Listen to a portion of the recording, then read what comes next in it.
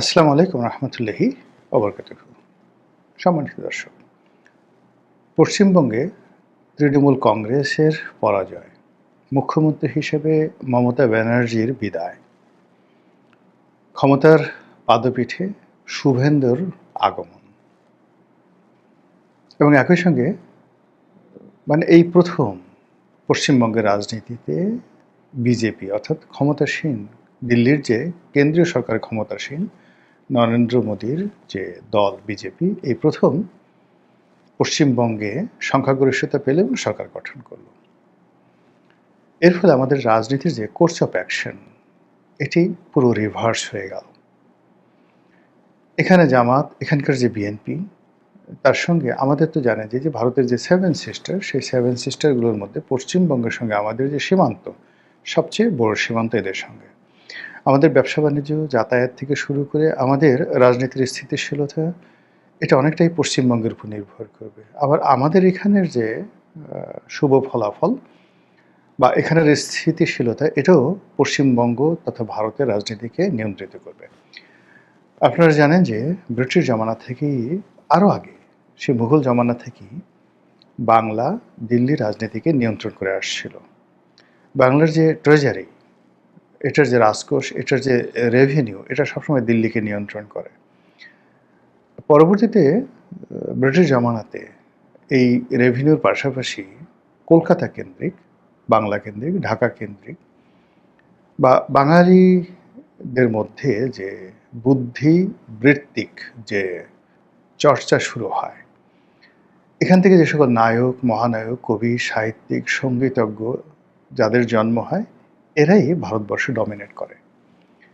আপনি চিন্তা করুন, শচীন দেববর্মন, রাহুল দেববর্মন, কিশোর কুমারের যে বড় ভাই রাজকুমার,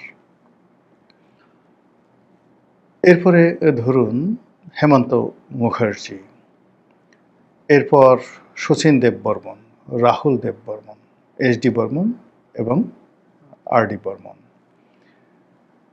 ওনাদের থেকে শুরু করে চলচ্চিত্রে, সেই 50-এর দশক থেকে ভারতীয় চলচ্চিত্রে বাঙালিদের একছত্র আধিপত্য। এখন কবি সাহিত্যিকের কথা চিন্তা করেন, আপনি রবীন্দ্রনাথ, নজরুল, এরপরে আপনি যদি ধরেন বিভূতিভূষণ থেকে শুরু করে অন্য যত লোক আছে, বুদ্ধদেব বসু থেকে শুরু করে যারা যারা আছে, আপনি এইরকম যদি ভারতকে সারা দুনিয়াতে পরিচয় করে দেওয়ার মতো যদি 100 জন কবি সাহিত্যিকের কথা চিন্তা করেন, তার মধ্যে 90 জনই বাংলার। এরপরে ধরেন রাজনীতিতে মাওলানা আবুল কালাম আজাদ, দেশবন্ধু চিত্তরঞ্জন দাস, স্যার আশুতোষ মুখোপাধ্যায়, শ্যামা প্রসাদ মুখার্জি, এই যে এখন যে নরেন্দ্র মোদী যে দল, এই দলের প্রতিষ্ঠাতা শ্যামা প্রসাদ মুখার্জির বাবা হলো স্যার আশুতোষ মুখার্জি, বাংলার বাঘ। শেরে বাংলা কে ফজলুল হক, হোসেন শহীদ সরওয়ার্দী, আবুল হাসিম, এরকম অসংখ্য রাজনীতির, এই যে নেতাজি সুভাষচন্দ্র বসু, তার বড় ভাই শরৎ বসু, সবাই কিন্তু কলকাতা কেন্দ্রিক। এবং কলকাতা পশ্চিমবঙ্গ এমন যে শান্তিনিকেতনে জওহরলাল নেহেরু শান্তিনিকেতনে তার মেয়েকে পড়াতেন, ইন্দিরা গান্ধী শান্তিনিকেতনের ছাত্রী। এখান থেকে রাজনীতিটা নিয়ন্ত্রিত হতো। এই রাজনীতি যখন ব্রিটিশদের বিপক্ষে গেছে, ব্রিটিশরা টিকতে পারেনি। এই রাজনীতি মুঘলদের বিরুদ্ধে চলে গেছে, মুঘলরা টিকতে পারেনি। এই রাজনীতি, বাংলা রাজনীতি, বাংলা বিহার উড়িষ্যার রাজনীতি সুলতানদের বিরুদ্ধে চলে গেছে, সুলতানরা টিকতে পারেনি। সুলতানদের আগে যারা দিল্লিতে এবং গুজরাটে শাসন ক্ষমতা চালাতেন এবং যারা এই বাংলাকে নিয়ন্ত্রণ রাখতে পারতেন, তারাই লাভবান হতেন, এবং যারা নিয়ন্ত্রণ রাখতে পারতেন না, তারা লাভবান হতে পারতেন না। তো সেই দিক থেকে বিহারে, এরপর ত্রিপুরাতে এবং পশ্চিমবঙ্গে, সাবেক বাংলা বিহার উড়িষ্যাতে ভালো কিছু করার জন্য, রাজনৈতিক সফলতা লাভ করার জন্য নরেন্দ্র মোদীর পণ ছিল। এবং তার জীবনের শেষ প্রান্তে এসে তিনি এই পশ্চিমবঙ্গে জয়লাভ করেছেন, প্রচণ্ডভাবে জয়লাভ করেছেন। এবং এই যে তিনি জয়লাভ করেছেন, তার যে নীতি, বাংলাদেশ নীতি, এটি এখন দিল্লির পরিবর্তে পশ্চিমবঙ্গ থেকে পরিচালিত হবে। তার এই যে নীতি পশ্চিমবঙ্গের সঙ্গে সঙ্গে ত্রিপুরা থেকে, মেঘালয় থেকে, আসাম থেকে এবং যে বিহার থেকে সমভাবে, মানে আমাদের যে সেভেন সিস্টারের যে জায়গাগুলো আছে প্রত্যেকটা জায়গাতে বিজেপি যেহেতু এখন ক্ষমতা আছে, ফলে তাদের হিন্দুত্ববাদ, তাদের আওয়ামী লীগ প্রীতি, তাদের শেখ হাসিনা প্রীতি, এটিতে নতুন জোয়ার তৈরি হয়ে যাবে। এই গেল এক। ২ নম্বরটি হলো পশ্চিমবঙ্গে আমরা অনেককে চিনি, কিন্তু পশ্চিমবঙ্গের শুভেন্দুকে যেভাবে চিনি বা মমতাকে যেভাবে চিনি ওইভাবে কিন্তু ভারতের অন্য কোনো রাজনীতিবিদকে চিনি না। কিন্তু শুভেন্দুর যে সমস্যা, উনি মানে বিএনপির নাম শুনতে পারেন না, জামাতকে দুই চোখে দেখতে পারেন না। মানে তিনি যদি ভারতের যাকে বলা হয় প্রধানমন্ত্রী নরেন্দ্র মোদী হতেন, এই এতটা উগ্র, এই উগ্রতার কারণে কি হলো, সে বাংলাদেশে সৈন্য পাঠিয়ে দরকার হলে জামাতের সবাইকে তারা সে ধরে নিয়ে যেত। এই যে ক্ষমতা এখনো শপথ নেয়নি, কেবলমাত্র জয়লাভ করেছে, এর মধ্যে দিদার সে তৃণমূলের লোকদেরকে পিটানো শুরু করেছে, মুসলমানদেরকে পিটানো শুরু করেছে এবং তারা বলছে যে এই মুসলমানরা আমাদেরকে ভোট দেয়নি, যদিও মুসলমানরা তাকে ভোট দিয়েছে, কিন্তু সে এখন বলছে মুসলমানরা ভোট দেয়নি, আমাকে হিন্দুরা ভোট দিয়েছে, আমি হিন্দুদের ভোটে হয়েছি। এতটা মুসলিম বিদ্বেষী। ওখানে কলকাতাতে গরুর মাংস পাওয়া যায় যথেষ্ট এবং সেই জন্য বেশ কয়েকটা বড় মার্কেট রয়েছে, গরুর মাংসের বাজার। এই মাংসের বাজারগুলো এই গত ২৪ ঘন্টা ভেঙে চুরমার তছনছ করে দিয়েছে।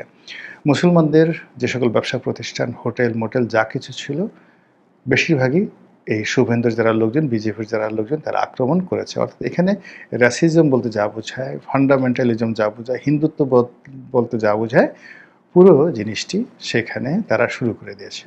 এর বাইরে শুভেন্দু একমাত্র ভারতীয় রাজনীতিবিদ, সে বলেছে যে শেখ হাসিনা এখনো বাংলাদেশের বৈধ প্রধানমন্ত্রী এবং সে এখনো বলছে।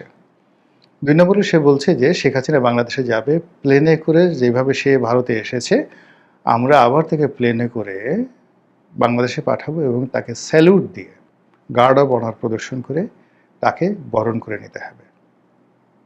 এই ঘটনা কিন্তু ইরানে একবার ঘটেছিল। রেজা শাহ পাহলভি আমেরিকাতে পালিয়ে গিয়েছিলেন এবং মোসাদ্দেককে ক্ষমতাচ্যুত করার পরে পরপর দুটো সেখানে যে সামরিক অভ্যুত্থান, সেই সামরিক অভ্যুত্থানের পর যখন আমেরিকার মাস্টার প্ল্যান বাস্তবায়িত হলো এবং রেজা শাহ পাহলভি যখন আমেরিকা থেকে ইরানে ফিরে আসলেন, তাকে এবং এয়ারপোর্ট থেকে সেনাবাহিনীকে গার্ড অব অনারদের নিতে হয়েছিল। ঠিক সেম কাজটি শেখ হাসিনার ক্ষেত্রে ঘটাবেন শুভেন্দু, এই কথাগুলো তিনি বলছেন। এক। ২ নম্বর হলো যে তিনি এই বিজয় লাভ করেছেন, বিজয়ের পরে কলকাতাতে যারা আশ্রয় নিয়েছেন, ত্রিপুরাতে যারা আশ্রয় নিয়েছেন, আসামে, এমনকি দিল্লিতে, তারা দলে দলে এখন কলকাতা রীতিমতো আওয়ামী লীগের নগরী হয়ে গেছে। এবং গত নির্বাচনে আওয়ামী লীগের যারা লোকজন, তারা টাকা দিয়ে, পয়সা দিয়ে বিভিন্নভাবে শুভেন্দুকে সাহায্য করেছে এবং মমতা ব্যানার্জির বিরুদ্ধে তারা কাজ করেছে। এখন এদের বিজয় কতটা আওয়ামী লীগের বিজয়, তার একটা উদাহরণ। গাজীপুরের মেয়র সেই বিখ্যাত জাহাঙ্গীর, আপনারা তো সবাই তাকে চিনেন, জাহাঙ্গীর এখন কলকাতাতে আছে, তাই তার সঙ্গে শুভেন্দুর খুব একটা ভালো বন্ধুত্ব এবং শুভেন্দু মুখ্যমন্ত্রী হওয়ার সঙ্গে সঙ্গে বিশাল এক ফুলের তোড়া নিয়ে জাহাঙ্গীর, গাজীপুরের মেয়র জাহাঙ্গীর, সে শুভেন্দুর সঙ্গে দেখা করেছেন। তারপর নিজের ফেসবুকে এসে তিনি লাইভ করেছেন যে দেখুন আমাদের সেই দিন আর নাই, আমরা খুব দ্রুত ফিরে আসছি বা ইত্যাদি ইত্যাদি নানা কথা। আমি পুরোটা শুনিনি, যেহেতু তিনি লাইভে এসে বলেছেন, তো ওই ধরনের কথাবার্তা হয়তো তিনি বলেছেন। তো এই হলো সেখানকার অবস্থা। কাজেই এই যে পশ্চিমবঙ্গে বিজেপি সরকার আসলো, আসার পরে আমাদের এই যে বাংলাদেশে জামাত এবং বিএনপি, তাদের প্রস্তুতি কী? এর কারণ হলো নির্বাচনের অনেক আগের থেকেই শুভেন্দু বলছে যে এখানে বিজেপিকে যদি টিকতে হয়, এখানে যদি হিন্দুদেরকে, পশ্চিমবঙ্গের হিন্দুদেরকে যদি টিকতে হয়, তাহলে অবশ্যই বিজেপিকে চিন্তা করতে হবে যে বাংলাদেশের সীমান্তগুলোতে জামাতের যারা লোকজন তারা এমপি হয়েছে। আপনি হিসাব করে দেখেন আমাদের যে সীমান্তগুলো রয়েছে, সেই খুলনা, তারপরে কুষ্টিয়া, যে বেল্টগুলো রয়েছে, এই বেল্টে সব জামাতের, চাঁপাইনবাবগঞ্জ, এখানে সব জামাতের সংসদ সদস্য হয়েছে। শুভেন্দু যেটা বোঝানোর চেষ্টা করছে যে বাংলাদেশে 18 কোটি মুসলমান, এরা জামাতের কথায় চলে, যদিও এটা মিথ্যা কথা। 18 কোটি মুসলমান বাংলাদেশে চলে, তারা যদি অস্ত্র নিয়ে হাতে, ভারতেও এইভাবে পশ্চিমবঙ্গে কোটি কোটি মুসলমান রয়েছে। আমি একজ্যাক্ট ফিগার এই মুহূর্তে বলতে পারবো না, কিন্তু পশ্চিমবঙ্গে বিশেষ করে কলকাতা, মুর্শিদাবাদ, হুগলি এই সমস্ত এলাকাতে মুসলমানরাই সংখ্যাগরিষ্ঠ, এবং কলকাতার কিছু কিছু এলাকাতে আছে মুসলমানরা এতটা শক্তিশালী ওখানে হিন্দুরা যেতে পারে না। তো এই মুসলমানদের সঙ্গে যদি বাংলাদেশের মুসলমানের এবং জামাতের একটা সম্পর্ক হয়, তাহলে পশ্চিমবঙ্গ তারা দখল করে নেবে। কাজেই বাংলাদেশকে এক চুল ছাড় নয়, এখানে বাংলাদেশে তাদের আধিপত্য বজায় রাখতে হলে পশ্চিমবঙ্গকে যদি ভারতের মানে সঙ্গে রাখতে হয়, পশ্চিমবঙ্গ যদি বাংলাদেশ যে কোনো সময় দখল করে নিতে পারে, এরকম একটা ভয় শুভেন্দু ওখানকার হিন্দুদের মনে জাগিয়ে তুলেছে। এবং তার প্রেক্ষিতে যেটাকে ইংরেজিতে বলা হয় হেট্রেট, একটা ঘৃণার যে একটা আগুন সে ছড়িয়ে দিয়েছে পুরো পশ্চিমবঙ্গে, এবং সেই আগুনের উপরে এখন সে ক্ষমতায় বসেছে। কাজেই এই যে তার যে ক্ষমতা, এই সময়টাতে এখন আপনি পশ্চিমবঙ্গে আওয়ামী লীগদের তৎপরতা দেখতে পাবেন। মানে সীমান্ত ওদের কাছে এমন হবে, সীমান্তর আসা যাওয়া, মানে ভারতীয় কর্তৃপক্ষ যেহেতু কেন্দ্রে বিজেপি আছে, প্রদেশে বিজেপি আছে, ফলে এখানে বিএসএফ থেকে শুরু করে ভারতের যারা লোকজন আছে তারা আওয়ামী লীগদের জন্য পুরো সীমান্ত ওপেন করে দেবে, পুরো সীমান্ত ওপেন করে দেবে। ফলে সীমান্ত যদি ওপেন করে দেওয়া হয়, তো সেখানে জামাত বিপদে পড়বে না? মারাত্মক বিপদে পড়বে।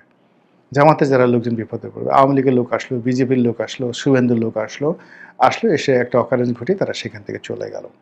তো এইগুলো মোকাবেলা করার জন্য যে রাজনৈতিক ঐক্য দরকার, যে সামরিক শক্তি দরকার, যে আমাদের বিজেপির শক্তিমত্তা দরকার, এই জিনিসগুলো এখন শিশু সরকার, মাত্র 2 মাসের সরকার, সেই 2 মাসের সরকার অর্জন করা তো দূরের কথা, তার ধারে কাছে যেতে পারেনি। আর অন্যদিকে ইরানের যুদ্ধ থামছে না, ইউক্রেনের যুদ্ধ থামছে না, তেলের মূল্য স্থির হচ্ছে না, ভারতের সঙ্গে কেন্দ্রীয় সরকারের সঙ্গে তারেক রহমানের কোনো সম্পর্ক হচ্ছে না, চীনের সঙ্গে তার যে সম্পর্ক সেটাও এখন সম্পর্কের পর্যায়ে যায়নি।